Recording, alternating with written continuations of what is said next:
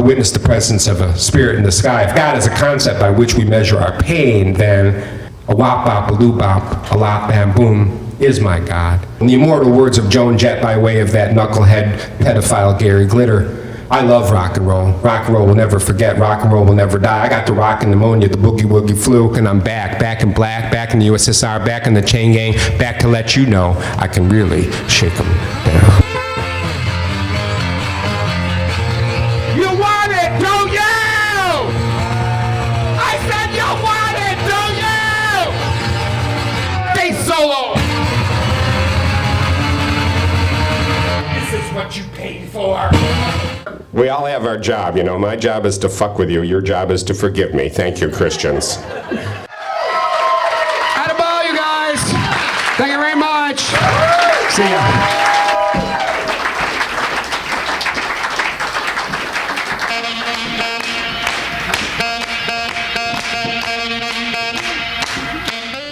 To keep myself busy and to maintain my sobriety, on YouTube, I wrote a song a day for a little more than a year. I definitely achieved the 365 songs, one song a day. And I did it for no other reason, with no marketing scheme, with nothing but to keep myself busy. It gave me a goal every day. Blessed are the friends, love, blessed when I sing love, blessed be that day, blessed be my way.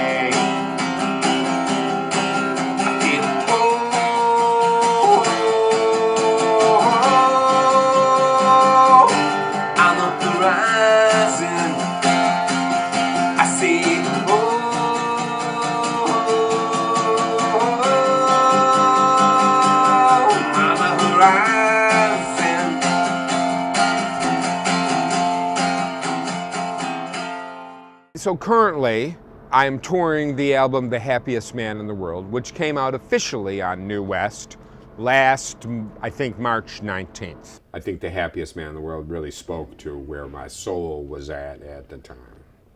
I'm doing demos for yet another album that I think is going to be called Keep Dancing Till the Sobbing Stops. Weird to say this, but it's a spoken word dance record, if there can be such a thing. The art was something I could do. I'd be writing, I'd be recording, and when it would get too crazy in my head, I would go to the painting. It's still creative, but very relaxing. And I didn't want people scrutinizing it. And I had a great manager, Jane Friedman, who had managed Patti Smith and John Cale she had done, and she was very artsy, very cool. And she kept probing me, you know, you gotta put this stuff. Matter of fact, she was the one that said, you gotta do the cover of Choochtown yourself. So that was the beginning of it. When I moved to Austin, Texas with my wife, and this was probably in 1994, I sought out Alejandro Escovedo for what I initially thought was some help with songwriting. And I didn't really know him. I kind of knocked on his door, and we had done a gig together. I had went and bought his first one, Gravity, and it was knocked out by the album. And then, so I think I visited him. He was working at Waterloo Records at the time. This poster that you see here is advertising Hamell on Trial's first show in Austin. Every Thursday night they'd give me the Waterloo Ice House, which was, you know, a couple storefronts away or a storefront away, and I'd set it up and just invite people to come and play, friends.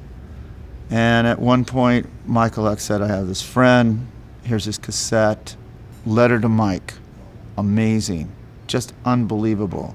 It's just him and a cassette player, you know, in his apartment in upstate New York where he was from. And man, you know, and he came out and he did this thing, he did his thing, his Hamell on Trial thing, and it was really intense and it was really beautiful.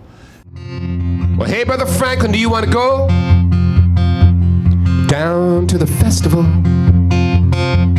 Hey, Brother Franklin, do you want to go down to the festival? Brother Franklin, do you want to go?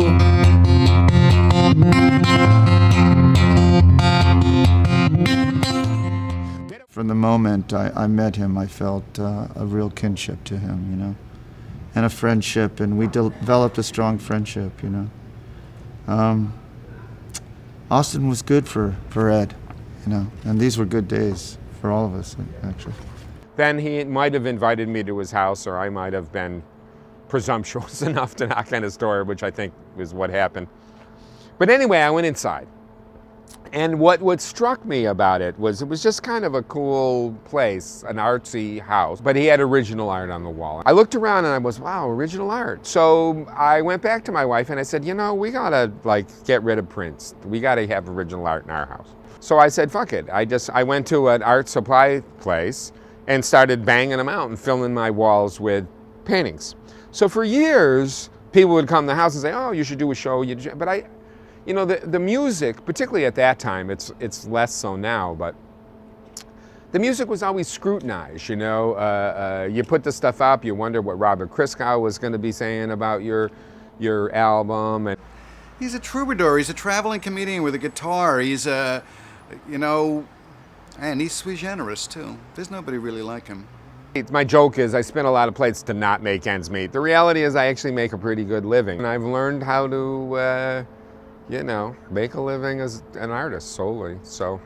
He said that his real form is the DVD, and I think there's something to that. He's a live performer who you go to see both because he's extremely funny and also because he's so intense. And that intensity is not something that's communicable on record. I mean, I think his records suggest it. I don't think they fail to say that that's what's there, but you don't get the full force of it unless you go see him live. I get to go up on stage and say anything I want to say. I'm my own man. I answer to nobody. I'd say that in that song, Artists in America. Every night I get to be, you know, the Richard Pryor, the Bill Hicks, the Lenny Bruce, the Nick Cave, the Henry Rollins that I want to be. I walked in on Hamell on trial in, I believe, the year of 1996 at Irving Plaza. And I went down there early, and Ed Hamell's on stage playing, and he was brilliant. Yourself says, Uncle Morris, give me the feels at night. Bring along the Constitution. Woo! And teach your children how to fight.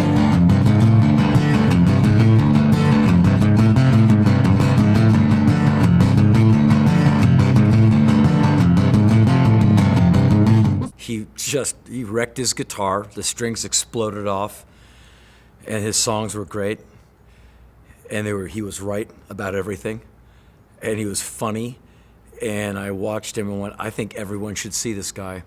And I talked to him after the show, and he's hilarious, he's funny, he's the whole thing. And we've been kind of distant pals ever since.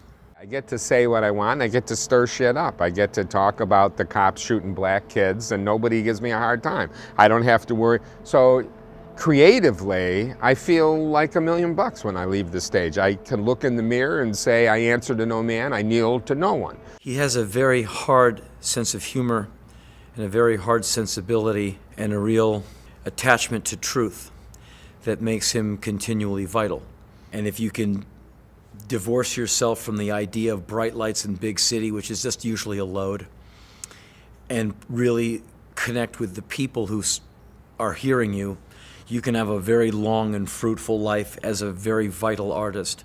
I think Ani DeFranco figured it out from the jump in that Righteous Babe Records. She is completely self-owned and operated. There's not one day of the week you tell her what time it is. She tells you. I have nothing but respect for that. It was mid-90s.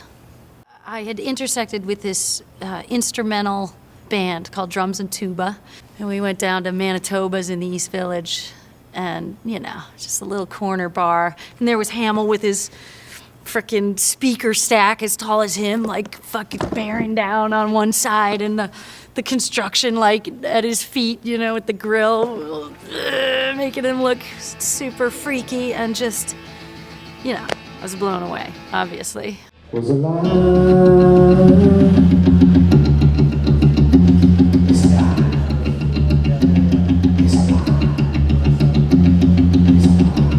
Shut your fucking mouth. He's alive. He's alive. He's alive. He's alive.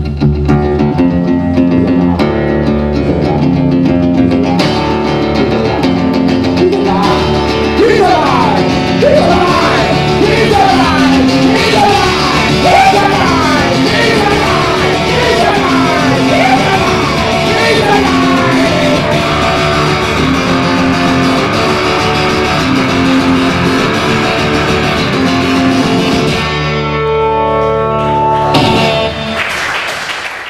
remember being very struck right away, like, whoa, here's a different way of doing my job.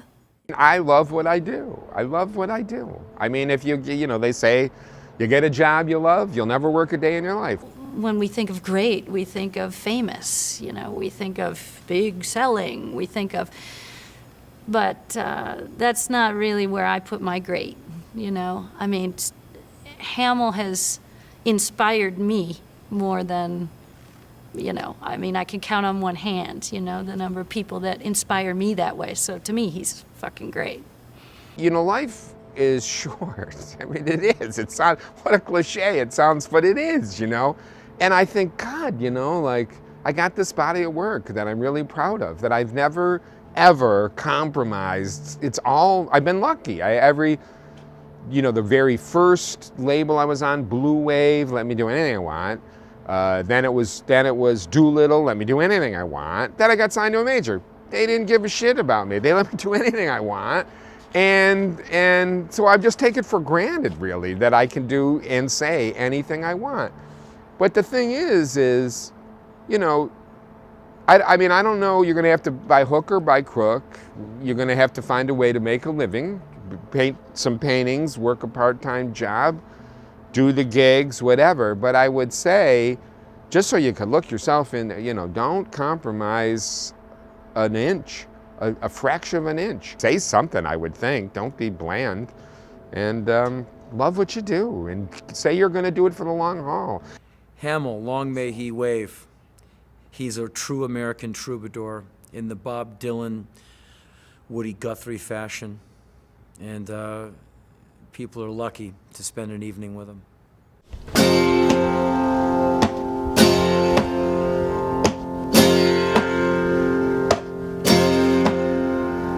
How the fuck I ever stumbled into this? I feel like I just received an angel's kiss. Blessed are the weak, yeah, blessed those that seek. Blessed be today, blessed be my way.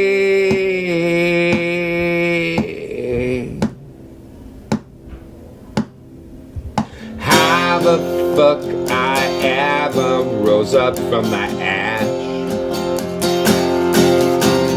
Brushed myself off, swore I never would be trash. Blessed those that stumble, blessed those humble. Blessed be today, blessed be my way.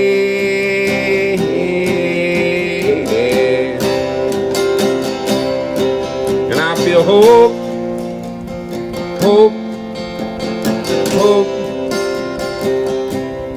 on the horizon.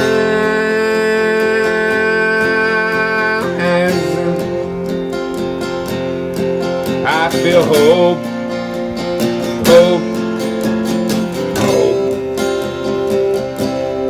on the horizon.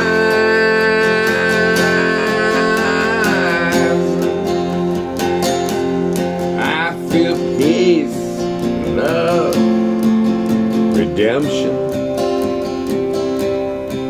on the horizon.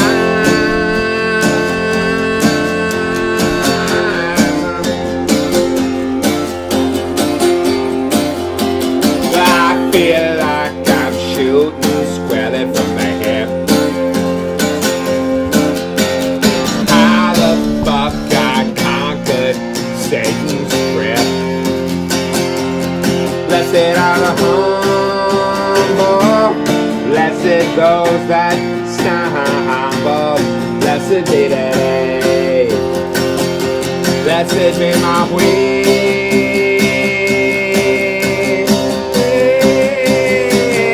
And I feel hope, hope, hope on the horizon.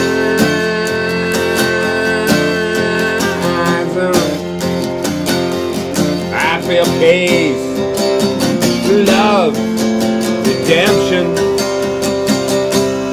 on the horizon.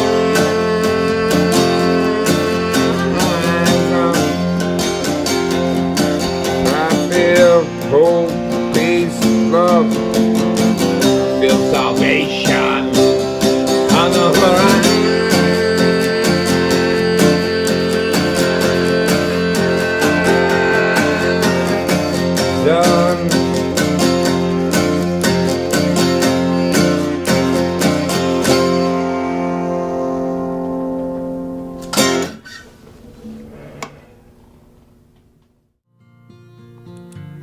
I got abandoned where the highway ends.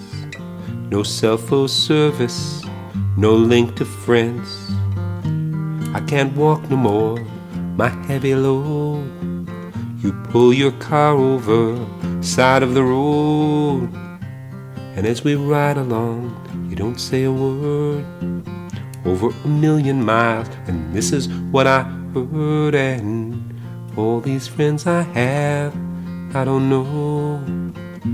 And the skies of diamonds, oceans of gold. All these friends I have, I don't know. And the skies of diamonds, oceans of gold.